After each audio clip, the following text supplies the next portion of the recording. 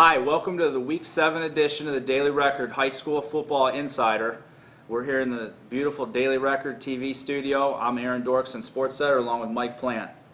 Thanks, Aaron. Saw a lot of good football last Friday. The big news coming out of last week's games, Aaron, was that there's now a five-way tie for first place in the Ohio Cardinal Conference. Yeah, I mean, heading into Week 7 of the football season, there's more teams tied for first than aren't in the league. It's really been the most even league I've ever covered, and so that means every game is important, and a lot of times just because one team beat another, it's not going to mean that those records will hold through or previous matchups. This week's is an example. Ashland travels to Orrville. West Holmes defeated Ashland, and now Orrville defeats West Holmes. Should be a pretty even game. Injuries, as usual, going to play a part in it. Orrville has one of their top wide receivers, Drew Brenner, that's been missing time. But Orrville's running back Mason Monheim played with only basically one arm last week because he had a broken left hand. It was in a cast. He still ran for 159 yards and 2 touchdowns in the 28-21 win over West Holmes. It should be a very good ball game at home for Orrville. They need this to keep pace for the league and also the playoffs. Yeah, and Aaron, Ashland has been the king of the OCC the last few years, and even though they're only 2-4, they're only a game off the pace. Two teams that in the OCC that'll match up that aren't in that five-way tie will play when Worcester travels over to Lexington.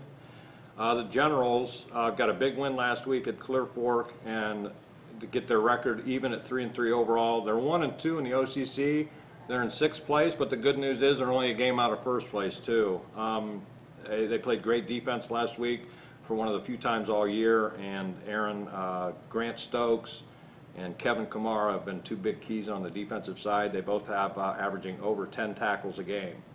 Yeah, and defense will be the key for Worcester. They always seem to be able to score points. It's can they hold the opposition. Another team we mentioned, West Holmes, is going to travel to Mansfield Senior.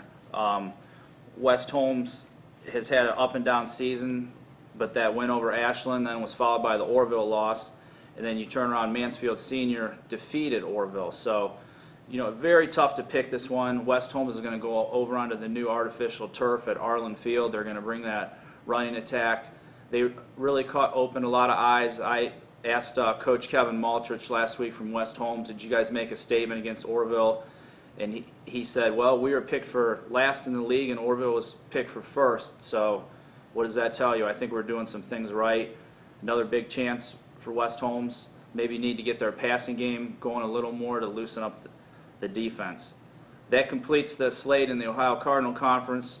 We'll move on to the Wayne County Athletic League. That's been a lot less balanced. It's basically been two real strong teams, an unbeaten Hillsdale and Norwayne, and Hillsdale travels over to Waynedale this week. Probably be heavily favored in that one. Heavily favored, but traditionally Waynedale has dominated this series, and even in the last 6 years when Hillsdale has made their jump up to the upper echelon of the Wayne County Athletic League, the Golden Bears have given them trouble.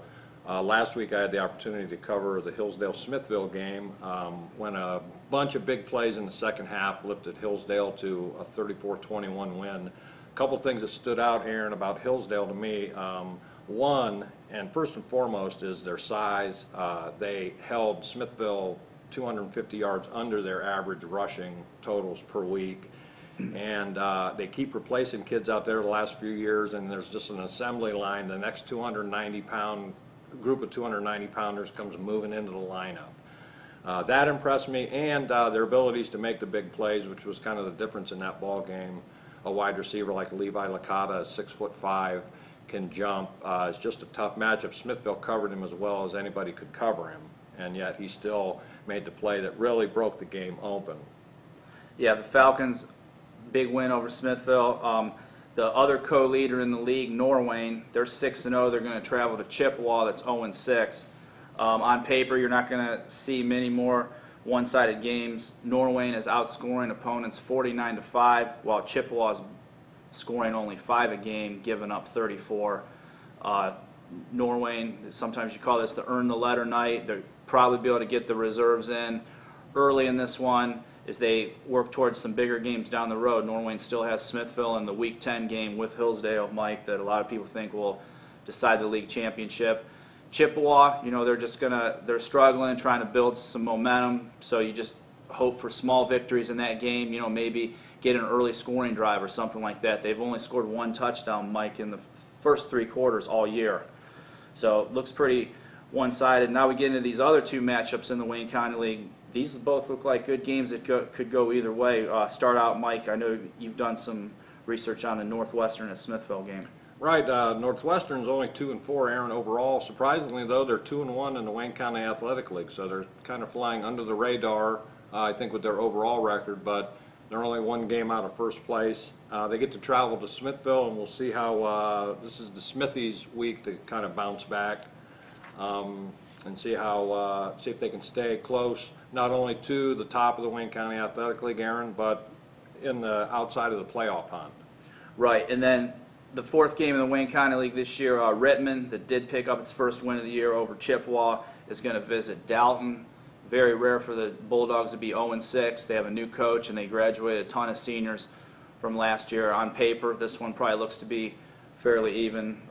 Maybe give Dalton the edge at home, and they have Chase Moyer, who's been one of the top players in the area on both sides of the ball. And then in the pack, Triway's at home for homecoming, Mike, and they're another team trying to get their first win. Yeah, it's been a rebuilding season out there for Tony Lee and the Triway Titans. They haven't had much to celebrate this season, but they do get to celebrate homecoming, and they will be hosting surprising Indian Valley, who picked up a big victory last week at Manchester when they overran the Panthers for over 400 yards rushing. So there's going to be no secrets to what the Braves want to do when they come into Triway tomorrow. Manchester will try to regroup. They're still 2-1 in the pack when they host Tuslaw.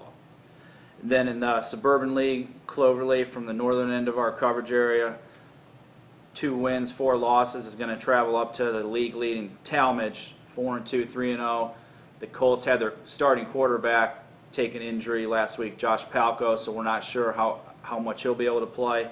And then also from our coverage area, Loudonville has won 2 straight. They're going to go over to Centerburg, and the Redbirds are starting to turn things around. And they're scoring a lot of points, too. And you can read about that game and all the Friday games in our Saturday Sports Extra, and you can get all your sports every day in the Daily Record. Thanks for watching, and enjoy the games.